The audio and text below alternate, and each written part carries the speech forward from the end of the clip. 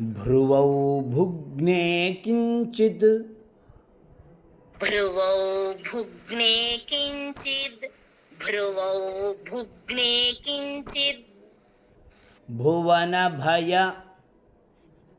భువన భయ భువన భయ భంగౌ వ్యసనిని భంగవ్యసనిని భంగవ్యసనిని త్వదీయే నేత్రాభ్యాం త్వదీయే నేత్రాభ్యాం త్వదీయే నేత్రాభ్యాం మధుకర రుచిభ్యాం మధుకర రుచిభ్యాం మధుకర రుచిభ్యాం ధృతగుణం ధృతగుణం ధృతగుణం ధనుర్మన్యే సౌవ్యేతరకర ధనుర్మన్యే సవ్యేతరకర ధనుర్మన్యే సవ్యేతరకర గృహీతం రతిపతేః గృహీతం రతిపతేః గృహీతం రతిపతేః ప్రకోష్ఠే ముష్టౌ చ ప్రకోష్ఠే ముష్టౌ చ ప్రకోష్ఠే ముష్టౌ చ స్థగయతి స్థగయతి చెప్పండి స్థగయతి స్థగయతి నిగూఢాంతరము మే నిగూఢాంతరము మే నిగూఢాంతరము మే ఉత్తమం అని శంకరాచార్య స్వామి వారు అమ్మవారిని కిరీటం దగ్గర నుంచి క్రిందికి వర్ణిస్తూ వస్తూ ఉన్నారు. కిరీటం తర్వాత అమ్మవారి కేశజాలం, ఆ తర్వాత ఆ కేశజాలంలో ఉన్నటువంటి పాపట, ఆ తర్వాత లలాటం నుదురు వర్ణించారు. నుదురుకి కొంచెం కింద ఉన్నటువంటివి కనుబొమ్మలు. ఆ అమ్మవారి కనుబొమ్మల తీరు ఎలా ఉంది అనేది ఈ శ్లోకంలో మనకు వర్ణించి చెప్తూ ఉన్నారు.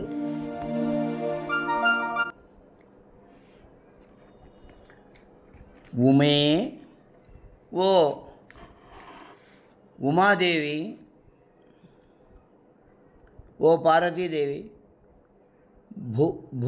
భువన భయ భంగౌ వ్యసనిని, లోకముల యొక్క భయాలను, లోకముల యొక్క భయాలను భంగా పోగొట్టడంలో వ్యసనిని, అలవాటు కలదానా, లోకాల భయాలను పోగొట్టే పనిలో ఉండేదానా. త్వదీయే నేత్రాభ్యాం, త్వదీయే నీకు సంబంధించిన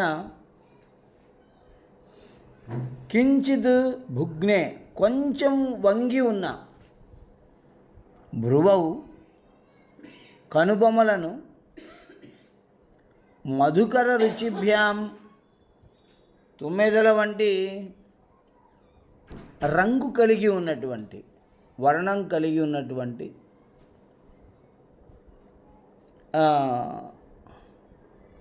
నేత్రాభ్యాం రెండు కళ్ళ చేత, ధృతగుణం ఆ వింటి నారిని చేత్తో పట్టుకున్నట్లుగా,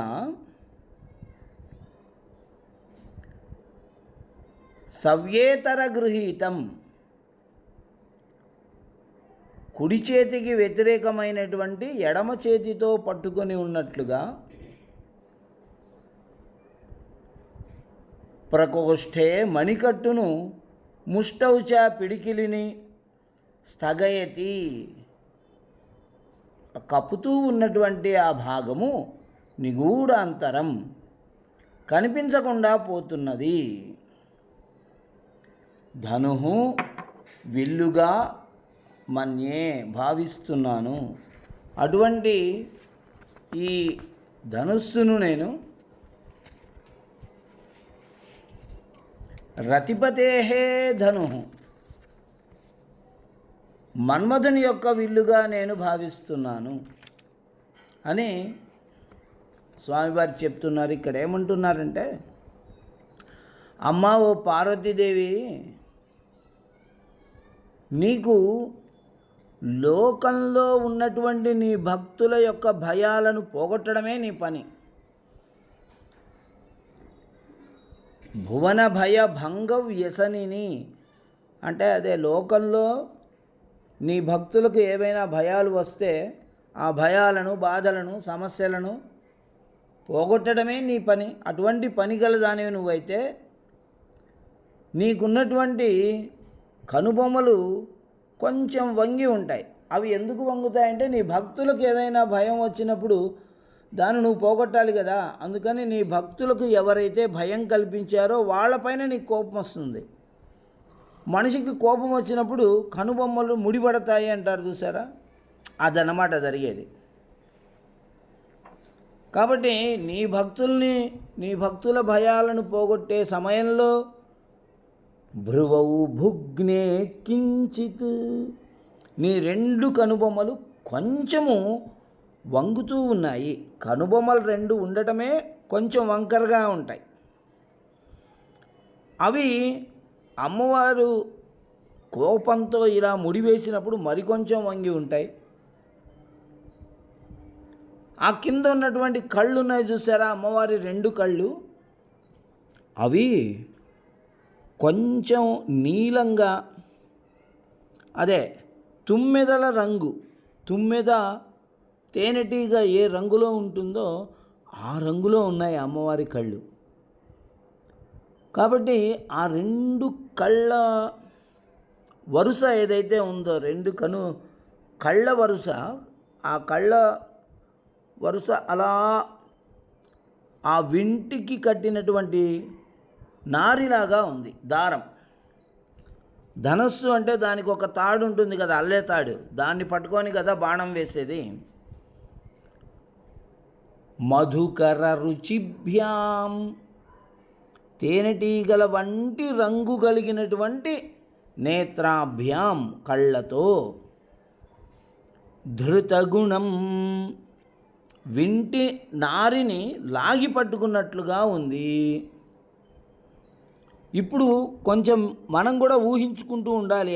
అర్థాన్ని మనము చదువుకుంటున్న సమయంలో ఏ పదజాలానికి ఏ అర్థం చెప్తామో ఆ విధంగా ఆ కళ్ళను ఊహించుకుంటూ ఉండాలి. లేదా అమ్మవారి చిత్రపటాన్ని మనం చూస్తూ ఉండాలి ఆ సమయంలో. అప్పుడు కానీ ఇది అర్థం కాదు. అవునండి, బాగానే ఉంది. ధనస్సు అంటే పైన 2 కనుబొమ్మల్ని మనం ధనుస్సుగా చెప్పాము. అరే మరి మధ్య భాగంలో ఇటువైపు ఒక కనుబొమ్మ ఉంది, అటువైపు ఒక కనుబొమ్మ ఉంది. మధ్య భాగం ఏమిటి అని అంటే, ఈ మధ్య భాగం అనేది సౌవ్యేతరకర గృహీతం ప్రతిపతే, మన్మధుడు తన యొక్క ఎడమ చేతితో ఆ ధనస్సు యొక్క మధ్య భాగాన్ని పట్టుకున్నాడట. ధనస్సు యొక్క మధ్య భాగాన్ని మన్మధుడు పట్టుకొని ఉన్నప్పుడు ఆ మన్మధుని చెయ్యి కనపడుతుంది కానీ ధనస్సు కనపడదు కదా మనకు అక్కడ. కాబట్టి ఆ మన్మధుని చెయ్యి ఏమిటయ్యా అంటే ఈ ముక్కు యొక్క భాగం ఉన్నది కదా, ఆ ముక్కు అనేటువంటిదే అతని యొక్క చెయ్యి. కాబట్టి అతడి చెయ్యి అట్లా ఉండడం వల్ల మనకు ఈ ధనస్సు యొక్క మధ్య భాగము, ధనస్సు కింద ఉన్నటువంటి అల్లెతాడు యొక్క మధ్య భాగము కనపడటం లేదు, అతడి చెయ్యి ఇలా పట్టుకొని ఉండడం వల్ల. అదే స్థగయతి నిగూఢాంతరము మే, నిగూఢాంతరం, అతడి చెయ్యి అనేది అడ్డుగా ఉండడం వలన ఆ మధ్య భాగం అనేది మాకు కనపడటం లేదు. ఆ విధంగా అమ్మవారి 2 కనుబొమ్మలను ఒక 2 కళ్ళ మధ్యనున్న నాసాదండ ప్రాంతము, ముక్కు ప్రాంతము మన్మధుడి పిలికిడితోనూ ముంజేతి వింటిని నారిని పట్టుకొన్న ప్రదేశములని శంకరులు ఊహించారు. కాబట్టి మనం కూడా దాన్ని ఆ విధంగా ఆ వివరణని అందుకోవాలి. కాబట్టి ఒక్కసారి ఈ శ్లోకం యొక్క అర్థాన్ని అమ్మవారి చిత్రపటం ముందు మనం కూర్చొని ఈ అర్థాన్ని చెప్పుకున్నప్పుడు ఆ రెండు కళ్ళు ఈ తేనెటీగల రంగులో ఉండటం వలన అది వింటికి కట్టినటువంటి అల్లెత్రాడులాగా, రెండు కనుబొమ్మలు మన్మధుని యొక్క ధనస్సులాగా, ఈ ముక్కు యొక్క చివరి నుండి పై భాగం వరకు మన్మధుని యొక్క ఎడమ చేతితో ఆ ధనుస్సుని పట్టుకొని ఉన్నట్లుగాను జగద్గురువులు ఊహ చేశారు. దానినే ఇక్కడ వర్ణించి ఉన్నారు. అంత చక్కటి ఈ శ్లోకాన్ని మనం 25 రోజులు చక్కగా రోజు 1000 సార్లు దీన్ని పారాయణ చేయాలి. ఆ సమయంలో కొబ్బరికాయ, అరటిపండు, తేనె నివేదనగా పెట్టాలి.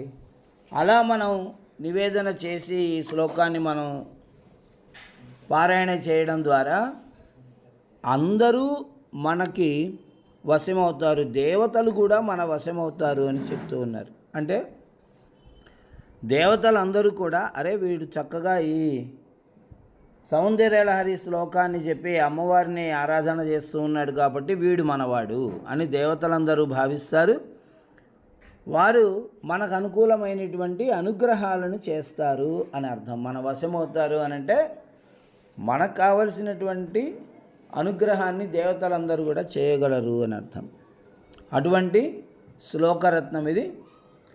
భ్రువౌ భుగ్నే కించిత్ భువన భయభంగౌ వ్యసనిని త్వదీయే నేత్రాభ్యాం మధుకర రుచిభ్యాం ధృతగుణం ధనుర్మన్యే సవ్యేతరకర గృహీతం రతిపతే ప్రకోష్ఠే ముష్టౌ చ స్థగయతి నిగూఢాంతరము మే.